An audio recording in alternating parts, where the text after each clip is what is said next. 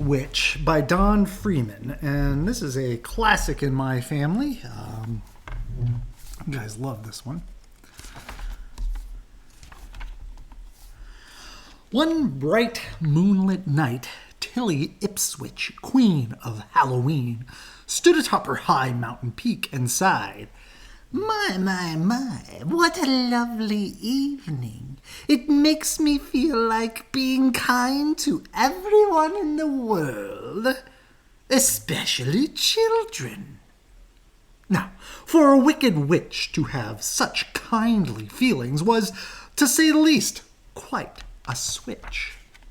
Here it was nearly Halloween, and Tilly was acting as if she were the Queen of May.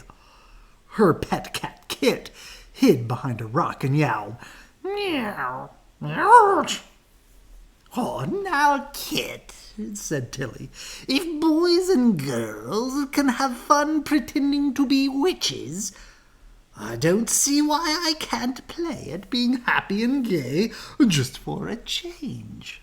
But later, when Tilly tried to switch back to being a wicked witch again, she couldn't.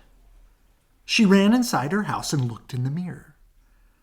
"Oh, that's queer," she said, giggling. I don't look a bit like my mean old self. Now, how can I frighten children when I feel so good?" Certainly something had to be done about this, and in a hurry. Tilly spread out a map on the floor. "Maybe I ought to go see a witch doctor," she told Kit. "I've heard of a Dr. Ouija who lives on this tiny island called Wahoo. They say he cures witches without taking stitches." Tilly put on a purple dress and dashed down to her broom port, where she kept her new flyer, a surfboard with a whisk broom for a skeg. "Take good care, Kit, of the bats and owls," she shouted as she sailed into the sky. "I'll be back when I feel worse." With the skill of a seasoned surf rider, Tilly rode the crest of a billowy clouds, singing as she streaked along. At last she sighted the small island of Wahoo far below. After making a happy landing, Tilly danced along to the door of the witch doctor's hut. But instead of being pleased to see Tilly in such a giddy mood, Dr. Ouija was horrified. "Ah, Ouija, hugwash," he bellowed, which in Woo-Yees means, "You happy witch, you are very bad." Once inside his hut, the doctor examined Tilly from the tip of her hat to the tips of her slippers. Finally, he handed her a card on which was written this prescription: "Miss Fitch's finishing school for witches." Tilly hardly needed to be told what this meant. She had to go back to school, the same school she had attended many years before. Hopping aboard her surf broom, she waved a cheery goodbye, and away she flew. You can imagine Miss Fitch's surprise when she opened the gate and beheld Tilly Ipswich, her former prize pupil, standing there, smiling. Without saying so much as a "how voodoo you do," Miss Fitch led Tilly straight to a classroom where students were busily carving out fierce-looking faces in pumpkins. Tilly tried her best to be serious, but even during the class in black magic, she simply could not keep from giggling. Naturally, Miss Fitch was furious. But no matter how much she scolded, Tilly felt frivolous. Oh, she still felt frivolous. At cooking class that evening, Tilly behaved worse than ever. The student witches were learning how to mix a witch's brew, and each one was taking a turn at adding nasty-tasting things to the pot.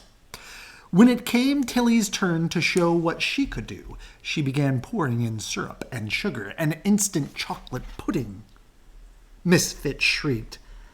Go to the corner this minute and sit facing the wall. Poor Tilly was really in disgrace. And as if this weren't punishment enough, she had to wear a dunce cap, or hat. A is for abracadabra, B is for bat, C is for cat. This is a girl, this is a boy. For almost an hour, Tilly sat and glowered at the blackboard. Then she began to think about scaring boys and girls. But who would be frightened by a happy witch? They would only laugh at her. Or even worse, they might stop believing in Halloween. The more Tilly thought of this, the madder she got. And the madder she got, the meaner she felt, until suddenly she spun around, leapt off her stool, and started stomping on the dunce hat.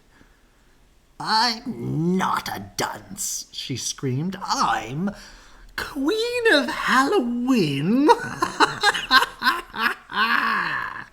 And I have important duties to attend to. Racing outside, she hopped aboard her surf broom. Miss Fitch leaned out the window as Tilly sailed away. Oh, congratulations, Tilly, she called. I knew you'd remember your duty. You're the best student I've ever had. Heading straight for home, Tilly stopped only long enough to pick up a ripe pumpkin from her own pumpkin patch. As soon as she landed on her mountain peak, she quickly carved out a ferocious-looking face in the pumpkin.